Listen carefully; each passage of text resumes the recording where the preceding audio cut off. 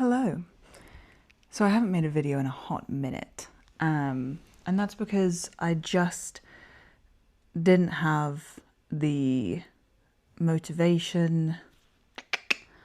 It's fine. I needed to take a break. I'm back. Back and better than ever, baby.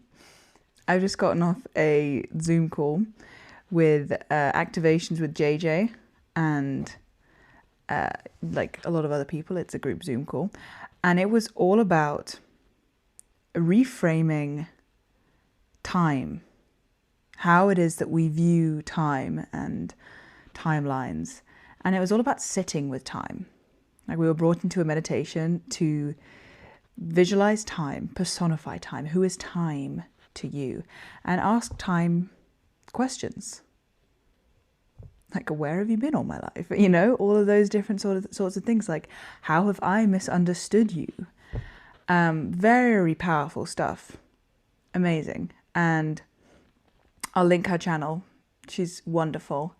But when I got off, like, time for me has been like a complex. I think time for everyone has been complex, but there's been a distortion in the field of humanity for how we view time, for how our relationship with time, how we're afraid of time. You know, we're constantly trying to slow down time, and time is a commodity. You know, the phrase time is money. It is. Like, people have been trading their time and their energy for money and using that money to pay bills, to get by, to live.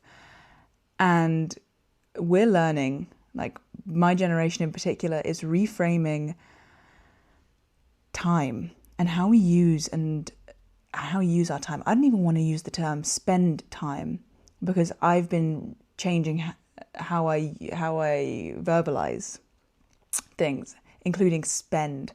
Spend means to exhaust, to give up, to sacrifice. I will not use the term spend when referring to time or my money. Nuh-uh, none of it gets spent, because it cannot, it is inexhaustible. Those things are inexhaustible. Anyway, we're getting off track. But there were also some really poignant things that stuck with me after that call. There was JJ's partner, Michael, who was talking about how he's a disruptor. He's a disruptive person. And we tend to view disruption as a really negative thing. But disruption reorganizes reality. What was the quote? I wrote it down. Disruption rewires reality. And it does. Like, I've heard from people who do these sorts of like crazy quantum leaping and timeline jumping stuff, where they literally go and do disruptive things. Find like one disruptive thing you could do in a day. And even if that's just like, I don't know, going outside to the shops in your pajamas. Maybe people can't even tell that you're in pajamas. Maybe you get some weird looks. Fine. Like, the scarier or the more disruptive it feels to you, probably the better. And it resonated for me as well, because I was like, my partner, my boyfriend is a disruptive person, is a person who, his energy just disrupts when you walk into a place and doesn't even need to say anything, just shifted the energy. And not for like better or for worse, the energy is just shifted. Like, it's just like a little glitch or a blip, you know? And he came into my life, flipped my world upside down, disrupted so much. And that was perceived as quite a negative thing from people who had been around, like my family, people who'd been there before, who had gotten very used to and very comfortable in their reality, and who did not like the disruptions and blamed the disruptor. The disruptor. Sounds like a very cool name for a some sort of like an anti-hero. An anti-hero would be the disruptor. Marvel, don't steal my ideas. I need to let my dog in from outside. I'm going to share a little story time, because I was just reminded of this, about how we need to be more fucking disruptive. We need to be more disruptive. We need, oh my God, like we need to be less afraid to rock the boat. If you ever heard that phrase growing up, don't rock the boat, welcome, you're in the right place. We're going to rock the boat. But this is also captain your vessel. So this is teaching you how to take up the fucking steering wheel of that boat and steer it where you want. But rock the damn boat. So this story is, we were in Greece on holiday. My mum and I and 2 other friends, like it's just me and the ladies. And we were on a drive to go somewhere, and we stopped at this scenic point to take some pictures. And then another car pulls up, and an older couple gets out, and they also start taking pictures. They offer to take pictures of us, blah, blah, blah. Then we get talking, small talk. Where are you from? They're also from England. Surprise, surprise. Everyone, like Brits are all over Greece. And then they basically got talking about London, and this guy starts spewing some, pretty like hateful ideas about people who live in London now, let's say. Racist, basically. And then after he made that comment, like to us who we'd met 5 minutes ago, we were all kind of a bit dumbfounded. I was not involved in this conversation. But then my mum just goes, right, well, let's get back in the car. I think we've got to go on, or just something like that. Like, oh, we better get going. You know, that sort of like, ha ha ha, British attitude. Let's just walk away. And then one friend who just, as she was getting into the car, went, nice to meet you, and then closed the door. And later, we were all sort of reflecting on that. And she was like, why did I say nice to meet? It was not nice to meet him. Why did I say nice to meet you to a racist? And it's so good. It's so good because it's just like, why are we so programmed and conditioned to be afraid to rock the boat? You know, what's going to happen? Probably never going to see them again. Make them feel uncomfortable. Disrupt. You know, like if someone says something to you like that, we're shocked. So sometimes our immediate reaction is like, hold that silence. They say that holding 4 seconds of silence is enough to feel like a rejection. So hold that silence. Look at them. Really look at them. You have nothing to be afraid of. Look at them. Or just ask, what do you mean by that? What an odd thing to say. You know, rock the boat. Thank you. That little segment over. I'm going to sip some tea. But yes, back to time. Time as a concept. And I was like, time, I've had an interesting relationship with time. I'm going to go and meditate and have a chat with time, let's say. But time has been an interesting concept for me in my relationship because of being in a long distance relationship and having limited time together, you know, borrowed time. Yeah. And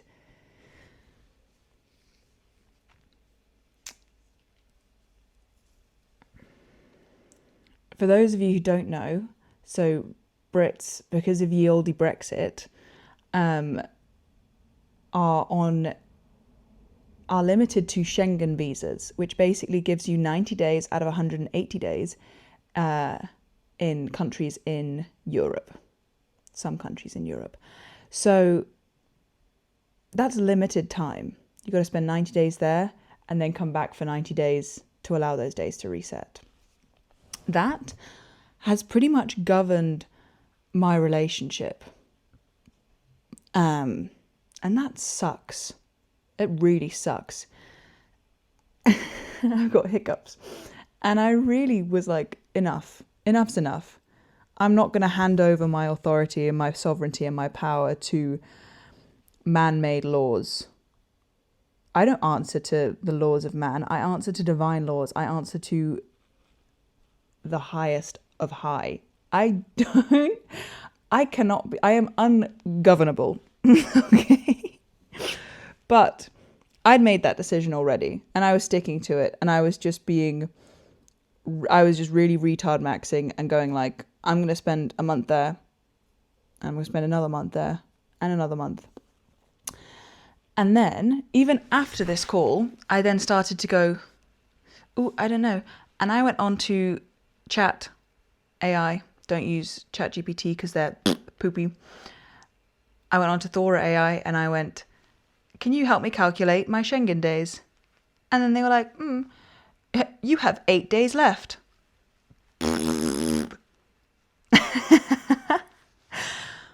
But for a brief moment, there was fear. You let it sink in. You sit with it. You don't, I'm probably messing up my microphone, my sound. You let it sink in. Sit with it. Look at the fear. It's not yours. Look at it. Invite it for tea.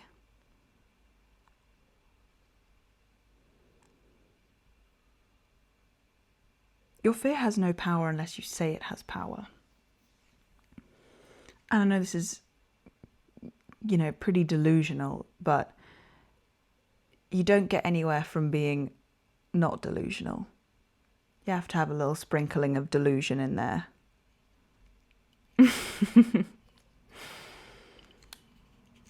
But yeah, there's going to be a way. I just don't know what that is yet. But that's okay because I don't need to know. I don't need to have all of the answers figured out right now. The only thing I can do is honor my highest joy, my excitement. Because following your joy can never lead you astray. Never, never, ever. It will never lead you astray. So long as you're truly following your joy and not what you think you should be doing. No thinky bullshit. Think with this. Lead with this. With your heart. Your brain is programmed to keep you safe. That's the lizard brain. The ego, if you will. It's programmed for self-preservation because that's how we survived as humans. Baseline, there's still a big part of us that is monkey DNA.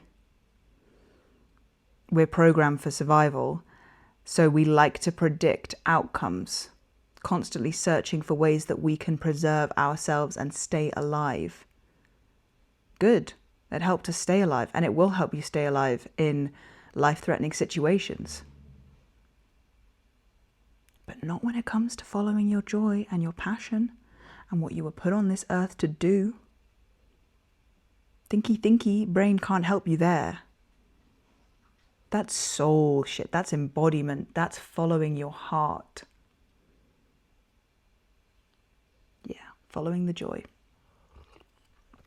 Anyway, it's late and I'm waffling. It's good to be back. So leave a like, comment, hype this video, and subscribe. I'd love to hear what resonated for you in the comments, if anything did. Or if you just want to have a cup of tea with me. In this series, I share what tea I'm drinking, and this is Shibui. I really need to be sponsored by Shibui because I drink your tea, Shibui, all the time. This is lemongrass and ginger, and it's divine.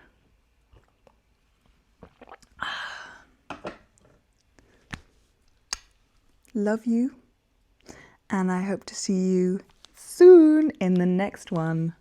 Bye.